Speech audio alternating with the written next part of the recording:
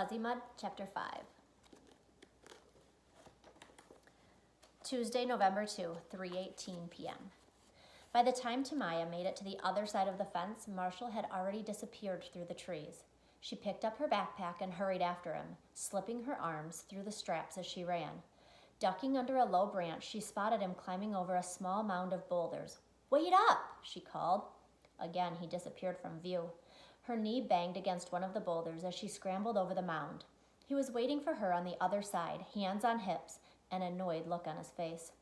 "What's the point in taking a shortcut if I have to keep stopping and waiting for you to come poking along?" "I'm not poking," Tamaya insisted. "Well, hurry up then," said Marshall. He turned and started off again. She stuck close to him as they followed a path that zigzagged through the trees. It had rained the night before, and damp leaves stuck to Tamaya's sneakers. Leaves continued to fall around them, one here, one there, gently drifting downward. They must have missed a zig or a zag somewhere, because after a while, it became clear to Tamaya that they were no longer on any kind of path. She had to fight her way through tangled branches and then step over a thick patch of thorny bushes. "You think we should turn back?" she suggested.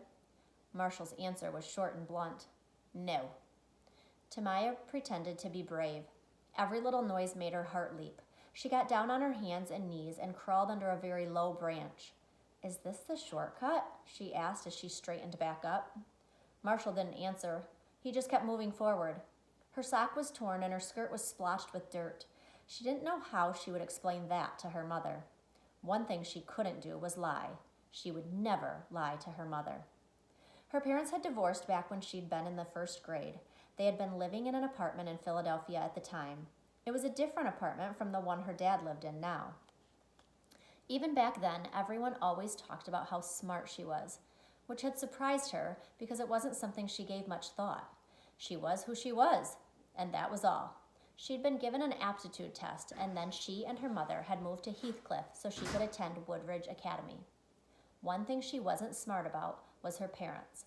She couldn't figure out why they had separated and why they didn't just get back together. After the divorce, her mother seemed very sad for a long time. On Tamaya's last visit to her father, he said to her, "You know I still love your mother very much. I always will." But when she repeated those words to her mother and suggested that maybe they should all live together again, her mother got all sad again. "That will never happen," she told the Tamaya. Even now, as Tamaya was scared to death that she and Marshall might be lost in the woods forever, she couldn't help but think that maybe if she did get lost, her mom and dad would come looking for her, together.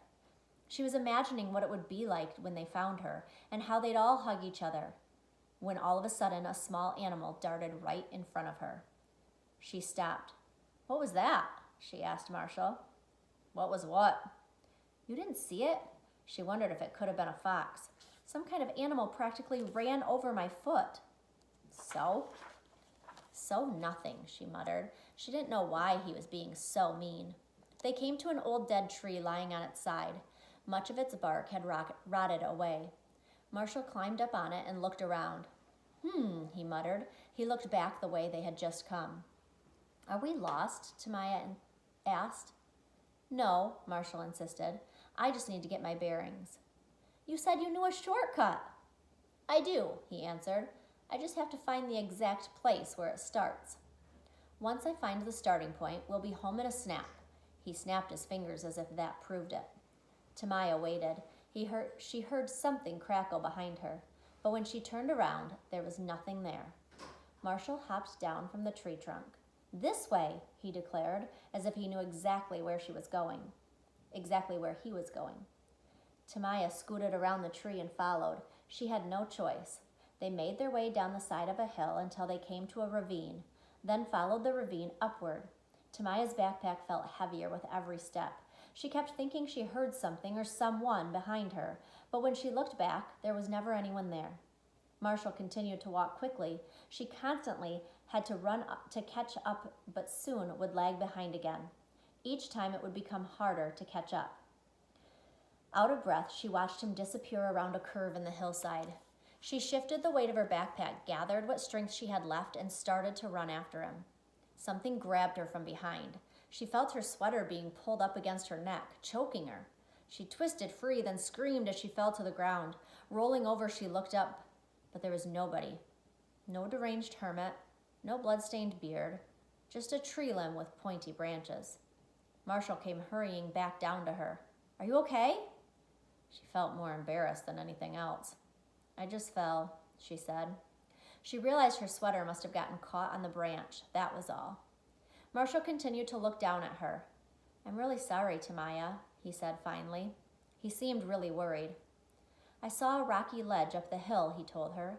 "You wait here. I'm going to climb up to it. I should be able to get a good view from up there." "Don't leave me," she pleaded. "I won't, I promise." He took off his backpack and set it down next to her. "I'll be right back." She watched him head back up the hill and disappear again around the curve. She took off her backpack and set it next to his. She was too worn out to follow. She took off her sweater to see how badly it had been damaged. It was worse than she thought. There was a hole almost as big as her fist just above the right shoulder. She definitely didn't know how she would explain that to her mother. Even though she had been given a full scholarship to Woodridge, her mother still had to pay for the school uniform. The sweater had cost $93. It wasn't fair. She would never admit it to her friends, but she loved the school uniform. Monica, Hope, and Summer thought it made them look like dorks. They could go on and on about what they would wear on the last Friday of each month, when they got to wear real clothes. But Tamaya always felt proud to put on her sweater with the words "Virtue and Valor" written in gold, and the year 1924. It made her feel important, like she was a part of history.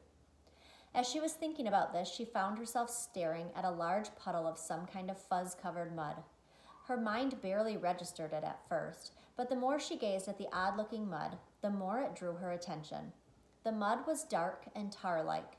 Just above the surface, almost as if it were suspended in midair, there was a fuzzy, yellowish-brown scum. Something else struck her as strange about the fuzzy mud, although it took her a moment to realize what it was. There were no leaves on top of the mud. Leaves had fallen everywhere else. They completely surrounded the mud puddle, right up to its edges, but for some reason, no leaves had landed on top of it. She looked back up the hill. There was still no sign of Marshall. Her gaze returned to the fuzzy mud. It was possible, she thought, that the leaves had sunk down into the mud, but the mud seemed too thick for a leaf to fall through it. She wondered if that fuzzy scum somehow swept the leaves off to the side. A noise crackled from below. She turned toward the sound and then heard it again. Something was moving through the trees. She rose to one knee, ready to run, then caught a glimpse of someone wearing a blue sweater and khaki pants. It was the boy's school uniform. She stood and waved her arms. "Hey!" she shouted. The figure stopped. "Over here!" she called. As he came toward her, she recognized him as the boy who had sat next to her in the lunchroom. He was the one who had stood on the bench and said a wolf had bit a hole in his pant leg. She wasn't sure, but she thought his name might have been Chad. She looked back up the hill and shouted, "Marshall! Marshall, we're saved!"